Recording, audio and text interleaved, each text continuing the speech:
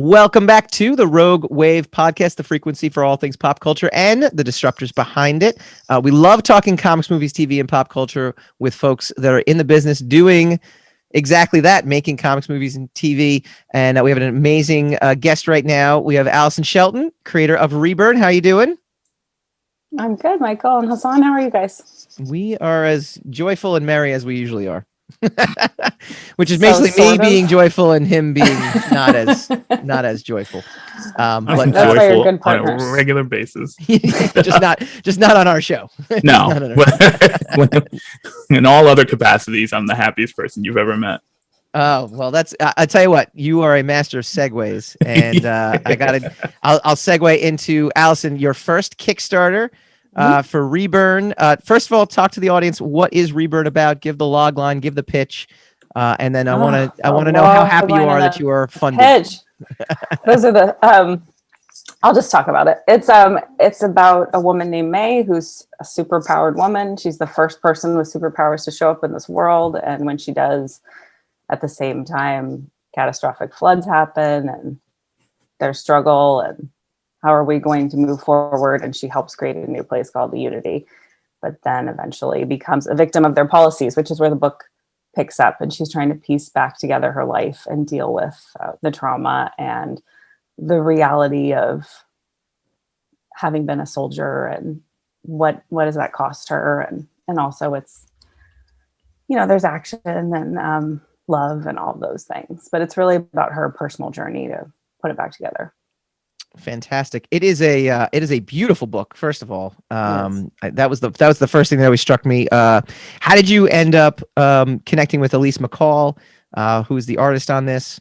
And yeah, talk to me about the synergy there and how that came. It was funny because the producer Jessica Patel and I have been friends for a long time. We had our first jobs in Hollywood together, and we were assistants who sat across from each other, and we have always shared our work with one another. When I first showed her the script, she was working on, she was producing a show based on a comic book.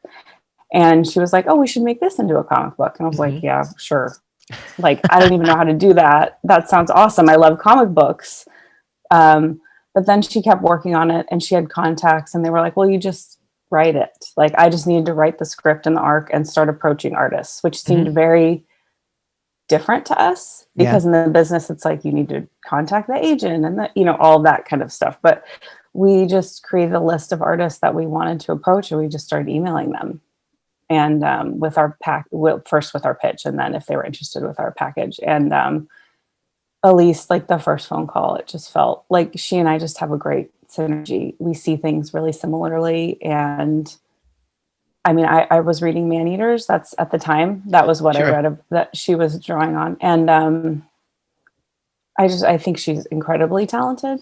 And we had a wonderful time. Like this past year working on this because, it took some time to get it done because of COVID and everything. Yeah. It's been a real life raft during these times, which have not been the greatest of times. So it's been really incredible. And I've said in like some of the materials when she would send me character descriptions or character designs or layouts or, thumbnails, it's a very powerful thing to have something that was in my head be brought to life by someone as talented as her. No, and that's the first thing that struck me. It's funny when we were talking about it at Rogue Matter, we were saying, what was your impression of the book? And the first thing I said to myself was, this looks like an Image Comics book. Like this looks like something I would get at Image Comics. And that's, and then some of the guys were like, what does that mean exactly? And I said, it's professionally done. It's got like a sci-fi quality to it. It reminded me of the book Thumbs, which is another Image book, just in terms of, kind of similar backdrops for the story, but also kind of like the artists were very similar. But everything soup to nuts. Even the lettering is done. Lettering is a big pet peeve of me, of mine when it comes to. I think it is for a lot of people, Michael. I've heard that from a lot of people for sure. You know what? Because I can tell an amateur book, you can have the best artist in the world, and then if you have an amateur letterer on it, it just screams like, oh, this person clearly doesn't know what they're doing, right? This is your first foray into making a comic, and to your credit, it looks it looks as professional as I've seen. And I've seen a lot of stuff on Kickstarter where you're like, wow, I really want to support you. And then you are like, oh man, yeah, well, I'll still support you, but the work is not as good. The work actually backs up, wanting to support you. So what was the level of quality control that you did? And what did you experience in the process of making comics that you didn't expect? I mean, it's a steep learning curve, right? Because it's one thing to read them, then it's another thing to make one and to learn the language of that. Both Jess and I are very good at asking people we know who know more than us to let us know what they think. Yep. And to take that to heart, but to also know what we think, because we've been at this a long time. And it was funny because, I mean, even Elise, like early on, because she went to art school, she was like, oh man, I got to get a good letterer. I'm not doing it. Like I can't do it. And so, was that a surprise for you where you were like, what do you mean you don't do it? No, because I read enough comics, and my husband reads enough comics and we talk about all this stuff. We knew we would need to get a letterer. And Elise did and so did Ruth, did the Helioscope mentor shoot. So I actually just wrote Steve Liebert and was like, hey, Steve, I got Elise and You're Ruth not on this busy. book. Yeah. And he wrote me back. You know what I mean? Like, I have to say people in comics have been very supportive and just kind. Yeah. And it's kind of refreshing and lovely. And he recommended Jomette, and because I wrote him and said, we'd really love to have a woman. If possible. And if you know anyone, because it's not like, I mean, and it's funny because I had actually looked on Twitter and I'd searched for letterers and she had popped up. Okay. So then he also recommended her. So it was, she's excellent, and does many of her own Kickstarters and is building her own label. And so she was, it was a no-brainer. Yeah, and I noticed that too. I mean, you point out the all-female staff behind everything. So you have yourself as the writer-creator, Elise is the artist, Jessica Patel, you mentioned, is one of the editors and the producer, Jeanette Gill, and Ruth Alano, and Mariah Atlas. So Ruth and Mariah are editors, and then Ruth did additional coloring as well as some other stuff. How important was it to get an all-female staff working on this book for you? It was a goal from the start because we really wanted it to be the female gaze. It's a woman's story, and you can see it like starting in mainstream comics recently. Like I was just reading Black Widow or Wonder Woman. Like you see these aside from letterer, you see these female teams, and I think you do get a different product, and there is different language. And someone was looking at our first, like the double page spread that opens the book, and May is laying on her back in the water, and she was like, oh, a woman drew this, like she has actual legs. Yeah, I know exactly what you're saying, because it's a very powerful opening scene, to be honest with you. To have that calm amidst the chaos. Comics, to me, one of the hardest things is to do a first issue. It is to kind of introduce everything. What was your decision making behind those first 5 pages? I was always told the first 5 pages, you got to hook them in 5 pages. And that's the hardest. That is like the hardest thing to do. That's like having the opening line of a novel be, set the stage you want to keep reading. How did you approach that opening? They do say that. And that was screenplays, right? It's the first 10 pages. So I had written a screenplay about this world. I've actually written 2. So I had a lot of the basic concept of what I was going to do in this first arc. And it was really important for me to ground May in the natural world, because that's something that goes on throughout the story. And you want to have action, right? In the first 5 pages. So it was like, okay, well, let's start here. And Elise is really talented at nature. Like that's one of her things. The female form and nature are 2 of her strongest things. And those are 2 of the most important things here. So we just really leaned into it. Like, I think you have to know what you're good at and what your team's good at, and use that as much as possible. So we did. And then I think the explosion's really beautiful. And then, we get right into it. And Elise said right from the start, like our first phone call, she said, I just love this script because something is always happening, and she said oftentimes first time writers, it's just kind of like so decompressed. Yeah. And Yeah, I definitely, it is definitely a different art form to writing screenplays. There's no question about it. And I've gone back and forth, For and sure. it's a lot of people think it's what is it, writing a movie as a book, and writing a book as a movie, and it's not. It's something completely different. Talk to me about, this is your first Kickstarter now. This is a different experience altogether to making comics. It's like throwing it's like throwing in a a master's course in business on top of you got to also be creative, and you got to market your book. Talk to us about the experience of the Kickstarter and how much stress it is. I think much like creating a comic, it's a steep learning curve. And luckily, Jessica and I both have producer skills. Like, I have produced a feature and she's produced TV shows and features. And so we have thought a lot about money. Yep. So it's not something that's uncomfortable to us, I think. And we know art is commerce, unfortunately. So, we just tried to learn, just like we did with the comic. We looked at lots of campaigns. We talked to people who we know who've crowdfunded. We asked them, what do we need to know? What are the top 5 things you want us to know?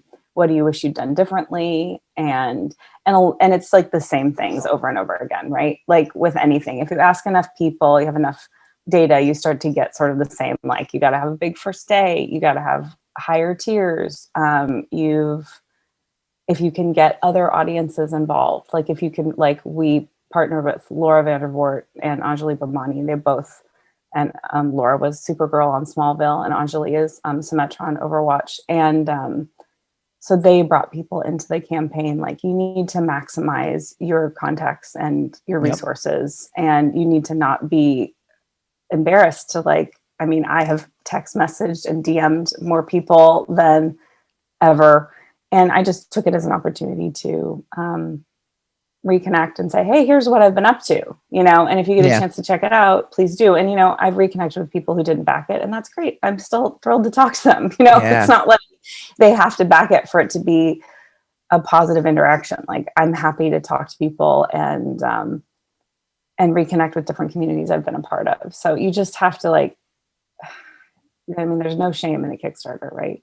You gotta just there's not. And I remember I did my first Kickstarter in 2014, and I had first heard about the platform in like 2012. And I remember my first reaction was like, well, I don't want to ask my friends and family for money. Like, I don't, but what it's become is a distribution channel, right? It's just another place that people now can go and discover new, projects. And the thing that always shell shocked me was people really want to get behind this. They want to support you, and they also, if they like the work, they really want to support it. Like, they want to be in on that ground level. So it's funny when you mentioned, like, there's no shame. It's like, no, actually, it's the complete opposite. People are like, oh, this is great. Like, I feel like I'm doing, like, they feel like they're participating, right? Yes. And it's not, I've independently funded the feature we made, a long time ago, 15 years ago. And that was a much bigger buy-in, right? Yeah. I couldn't ask people to buy in at $10 because you can't manage that kind of buy-in when you're doing it yourself. But people can just give $5 if they want. Like, the threshold to entry is quite low. Honestly, I think the most difficult part for some people is signing up for Kickstarter. So once they get past that, so I think that takes a lot of it out of it. Like, you can do whatever you want. There's no pressure. And especially as you start, like, unlocking stretch goals, people are getting a lot for a $15 comic plus their shipping. They're getting stickers and a magnet and, a book plate. They love those tchotchkes. They love the... I know. They just feel like, oh, I'm getting something for free, which is like such an intoxicating feeling. Yeah. Everyone loves that feeling, right? It's like how you convince yourself to buy something on sale that you probably don't really need at all.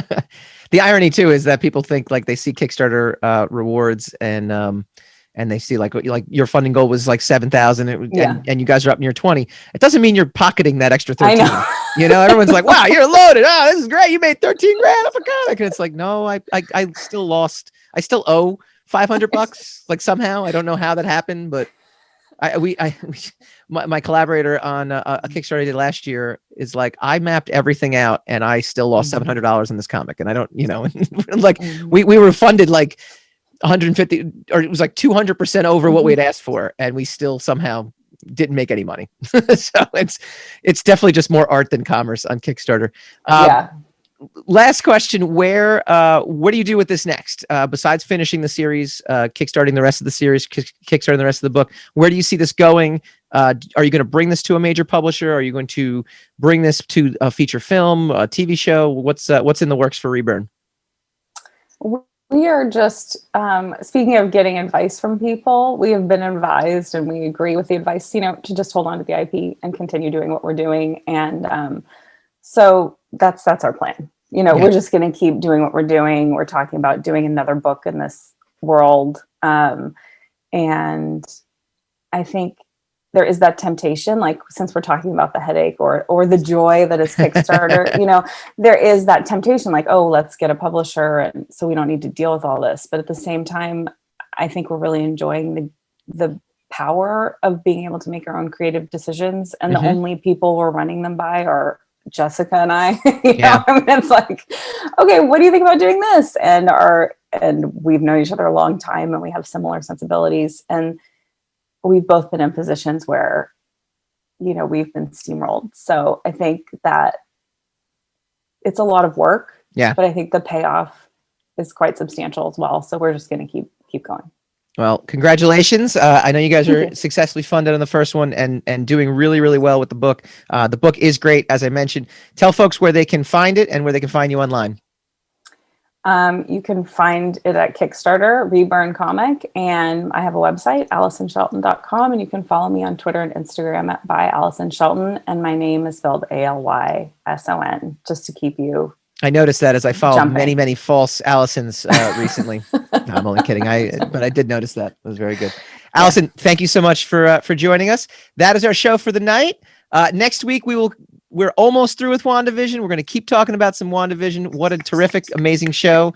You're clapping. See, we didn't even get your take on that. Oh, yeah, I love it. And now our son has started watching it. And I'm like, it's okay. The first 2 episodes are boring. They were. He's 12. Fun. He doesn't watch Nick at night.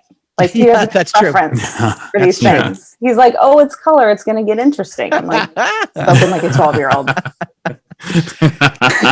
We will dive deep into WandaVision, and we will welcome Jordan Elizabeth Gelber, creator of Content and Consequences, a new podcast launching on Rogue Matter Podcasts in March. We'll see you guys next week.